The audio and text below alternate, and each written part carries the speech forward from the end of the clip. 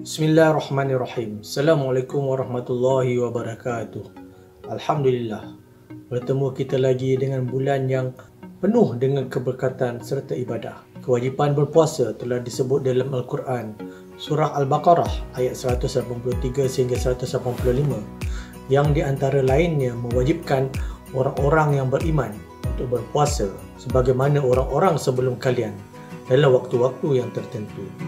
Ayat-ayat tersebut juga menggariskan bahawa jika mereka yang sakit ataupun sedang bermusafir dibenarkan untuk tidak berpuasa tetapi perlu menggantikan puasa tersebut.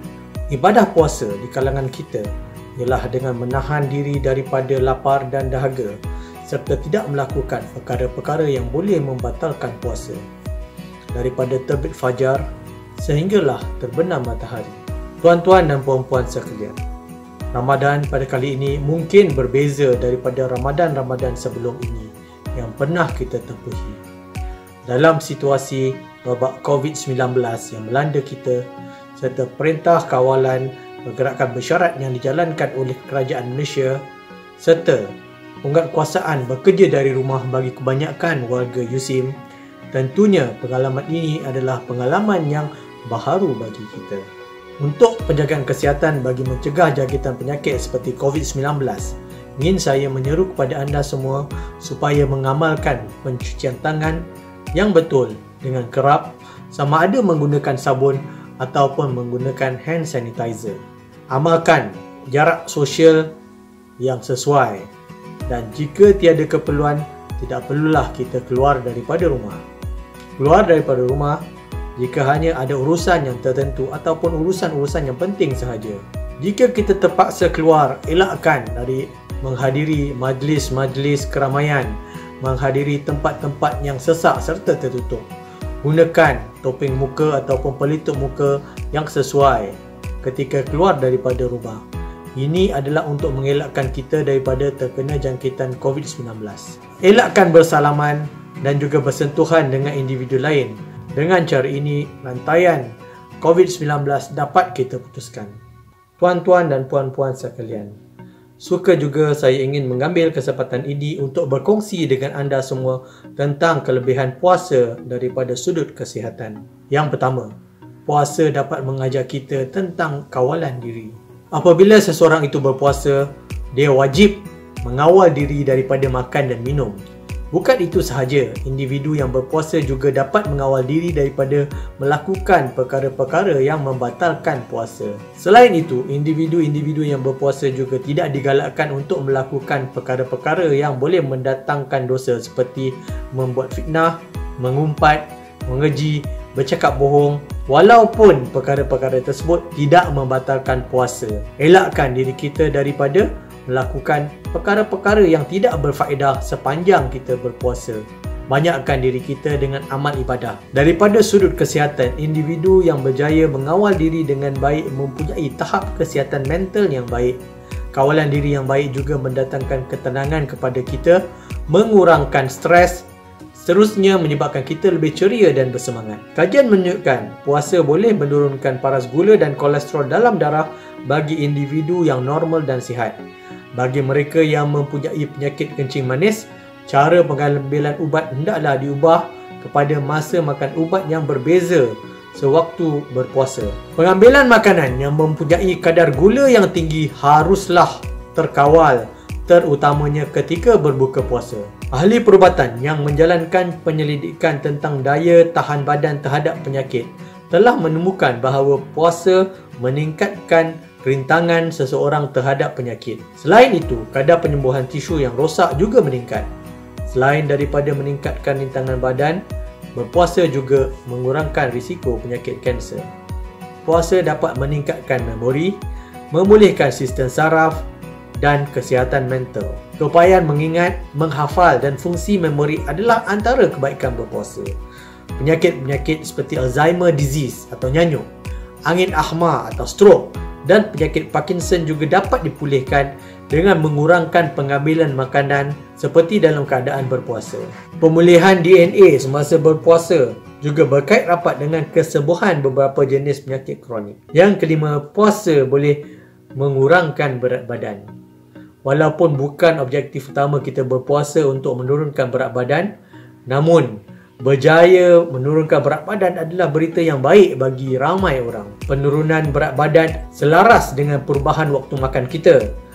Di samping waktu makan kita yang agak terhad setelah ditolak waktu tidur, memberi peluang kepada badan untuk menggunakan tenaga daripada makanan yang kita ambil sebelumnya. Di samping itu, tenaga yang tersimpan dalam bentuk lemak dalam badan boleh diubah kepada tenaga untuk kita gunakan sepanjang kita berpuasa. Namun, terdapat beberapa kajian yang menunjukkan peningkatan berat badan yang ketara di kalangan individu-individu setelah bulan puasa tamat. Ini hendaklah kita elakkan.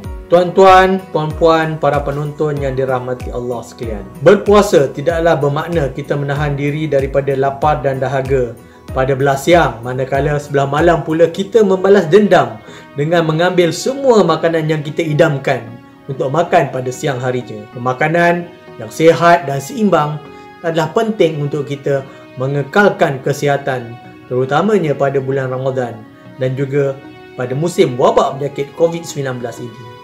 Makan berbagai jenis makanan dengan mengambil kira kumpulan-kumpulan makanan yang kita ambil sesuai dan dalam jumlah yang tertentu, tidak melebihi jumlah yang dihadkan. Bekerja dari rumah memudahkan kita membuat perancangan untuk berbuka. Selain lebih banyak masa untuk penyediaan makanan, terutamanya masak makanan di rumah. Justru, Ramadan pada tahun ini lebih bermakna dengan pengambilan makanan yang seimbang dalam jumlah yang betul. Ingin saya kongsikan di sini perkara-perkara yang penting tentang pemakanan yang seimbang di bulan Ramadan. Yang pertama, jangan tinggalkan makan sahur ataupun dengan sengaja tidak bersahur. Sahur adalah penting supaya kita bertenaga sepanjang hari kita berpuasa. Pada waktu makan sahur, pastikan kita makan makanan daripada kumpulan karbohidrat kompleks seperti nasi atau roti yang membekalkan tenaga secara tetap dan perlahan, supaya tenaga yang dibekalkan cukup sepanjang hari sehinggalah kita berbuka nanti. Jumlah ataupun porsi yang disarankan adalah sebanyak suku pinggan ataupun sebesar genggaman kita. Pengambilan makanan daripada jenis protein juga penting. Makanan seperti ikan, ayam ataupun daging hendaklah diambil sebanyak suku pinggan ataupun juga sebesar genggaman kita. Sama banyak dengan nasi ataupun roti tadi. Protein juga membekalkan tenaga selain daripada membantu otot kita dan menyembuhkan sel-sel badan kita. Kurangkan penggunaan garam yang banyak dalam makanan kerana garam bersifat diuretik dan boleh menyebabkan kita kerap membuang air. Dengan itu, air dalam badan kita akan menjadi kurang. Ambil juga buah-buahan dan sayur-sayuran.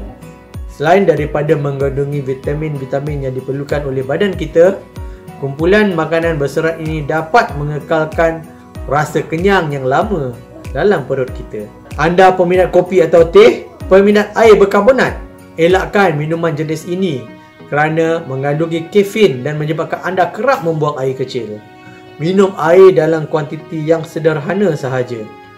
Kalau minum lebih 3 gelas pun akan menyebabkan anda kerap buang air dan cepat rasa dahaga nanti. Pada waktu berbuka, mulakan dengan pengambilan buah kurma.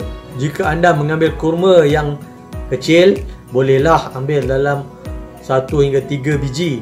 Tetapi jika buah kurma itu besar, cukuplah dengan mengambil sebiji sahaja. Selain itu, kurma juga mengandungi potasium, vitamin dan zat besi serta mengandungi serat yang tinggi. Makanan hidangan utama perlulah diambil mengikut sukatan yang sesuai, iaitu suku-suku separuh.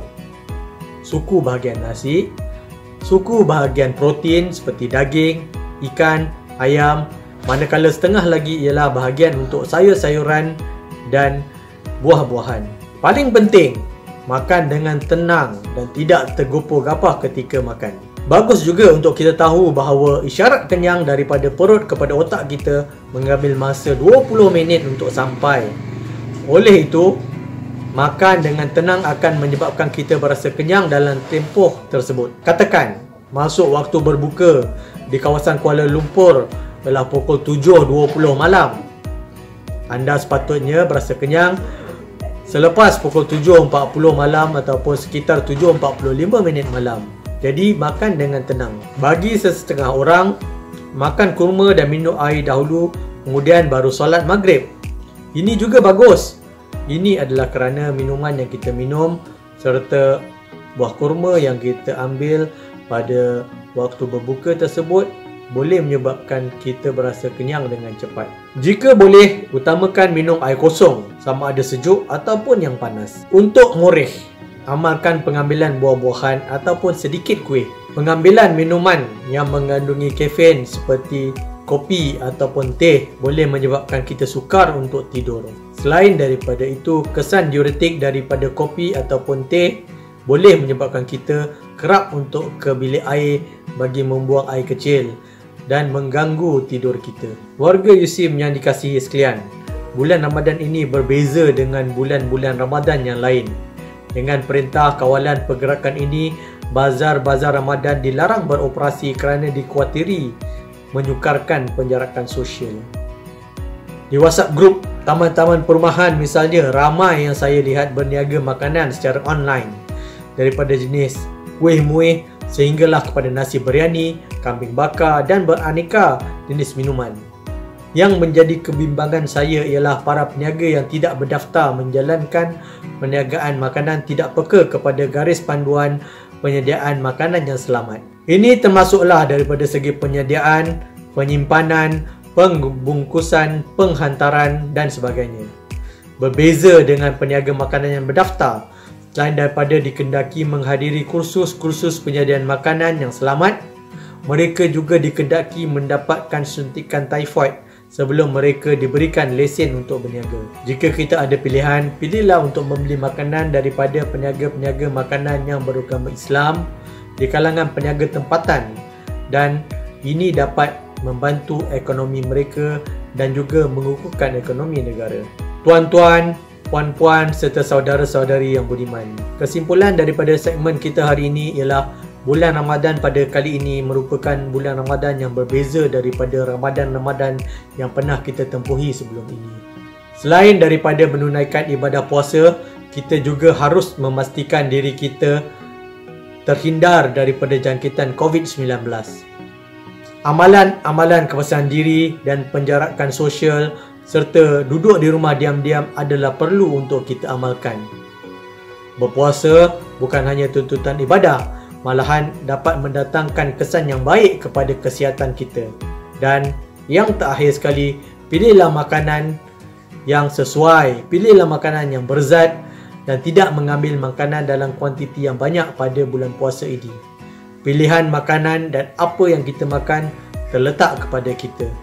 Buatlah pilihan dengan bijak. Saya ucapkan selamat menunaikan ibadah di bulan Ramadan, selamat berpuasa, dan tidak terlalu awal untuk saya ucapkan kerana saya dengar lagu raya telah berkumandang di radio, televisyen dan telah ada iklan-iklan raya termasuklah iklan USIM yang disiarkan. Selamat Hari Raya, maaf zahir dan batin. Sekian, wabillahi taufiq wal hidayah. Assalamualaikum warahmatullahi wabarakatuh.